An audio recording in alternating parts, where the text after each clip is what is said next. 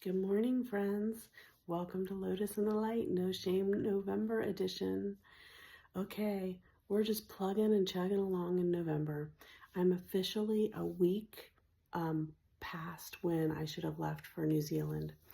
And it's funny because I had a huge revelation in my meditation this morning. Huge.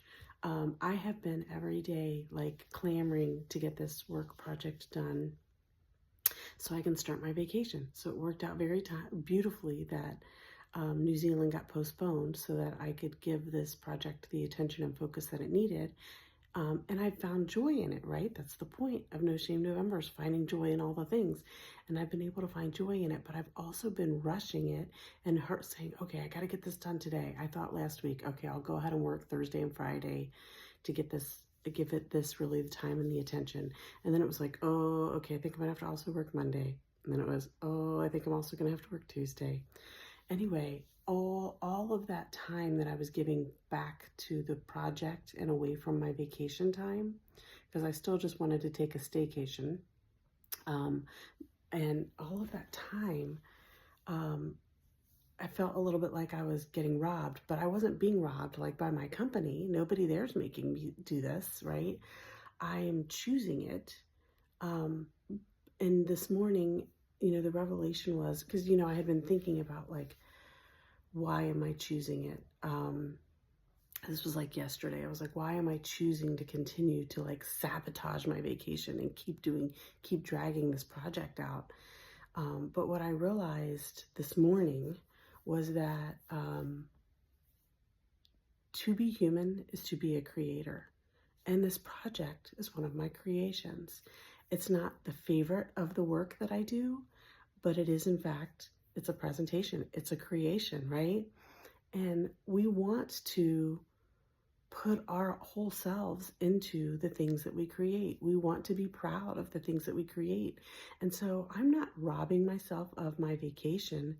What I'm actually doing by trying to put time limits around the work is I am stifling the creative flow. I'm stifling the divine flow. Like, I'm in it. This is life. Finding joy in all the things we're doing and just going with the flow. And so I was reminded of a scripture, and I actually pulled the Bible out because I feel like there's a bigger message here. And so I actually pulled my Bible out because I usually am reading my Bible on my phone, and I can't record and read at the same time, so I had to dust the old Bible off.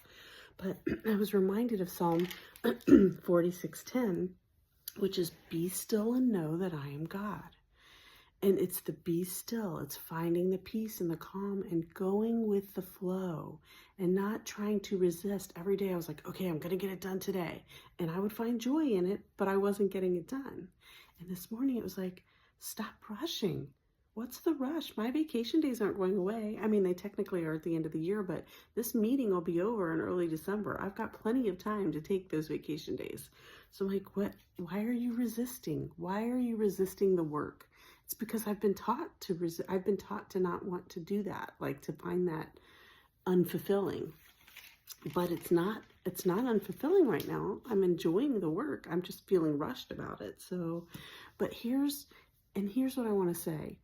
Be still and know. The stillness has to do with going within. And this is where I really wasn't taught that for many years. But when I opened up my Bible to read the scripture, I said, let me back up a couple verses and get some more context about this. And I just want you to hear these words, because I think this is, for some people, what I've just talked about, just kind of resisting and going with the flow, is the message. For others, I believe this is the message. So I'm going to go back to Psalm 46:1. God is our refuge and strength, an ever-present help in trouble. Therefore, we will not fear. Okay, actually, I'm sorry. I didn't want to start at 1. Okay, it goes on through all the reasons why we don't want to fear, all the things that are happening on the earth. The waters roar and the mountains quake. But then it says in verse 4, there is a river whose streams make glad the city of God. There is a river whose streams make glad the city of God. Now, some people would say this is a song. We can't interpret this literally. But here's what I want to say. Our bodies are a majority water. I think 50 to 70%, something like that, okay? There is a river whose streams make glad the city of God. I would argue that that river, that stream, is within you because there's nothing outside of you that can make you glad, okay? And I say that, I mean, there's obviously things in creation that are designed to bring us joy, but the decision about whether that's going to bring us joy or not, kind of like this project, right? Kind of like No Shame November, where we're finding our joy. The decision of whether something's going to bring you joy or not sits squarely within. It's never an external decision. It's not whether or not that thing out there is good enough to bring me joy. It's whether or not your energetic frequency, your heart, is in the right place to find joy in it. So I'm going to read it again. There is a river whose streams make glad the city of God. That stream, I would argue, is within you, not externally. The holy place where the Most High God, or where the Most High dwells. The holy place where the Most High dwells. I've said this many times before. The holy place, the Holy of Holies, the temple, the upper room, the inner room, whatever you want to call it, that is here in your heart. God dwells here. God dwells here, okay? So then it goes on to say, God is within her. Literally confirms what I'm telling you. God is within her. She will not fall. And it's interesting that it says God is within her, she will not fall, that it puts a feminine context around that. Now, what that's doing has nothing to do with gender. Gender in the physical sense is just everything in our physical creation is just some kind of replication of the divine, some kind of interpretation in physical form of the divine. So male, female genders are just giving us a taste, giving us a kind of a black and white negative of the full beautiful picture of what divine masculine and divine feminine are.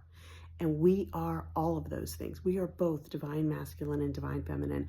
And if we want to truly find our authentic selves, we have to give in and allow both of those from within to shine, okay? But most of us suppress one or the other of those, or try to.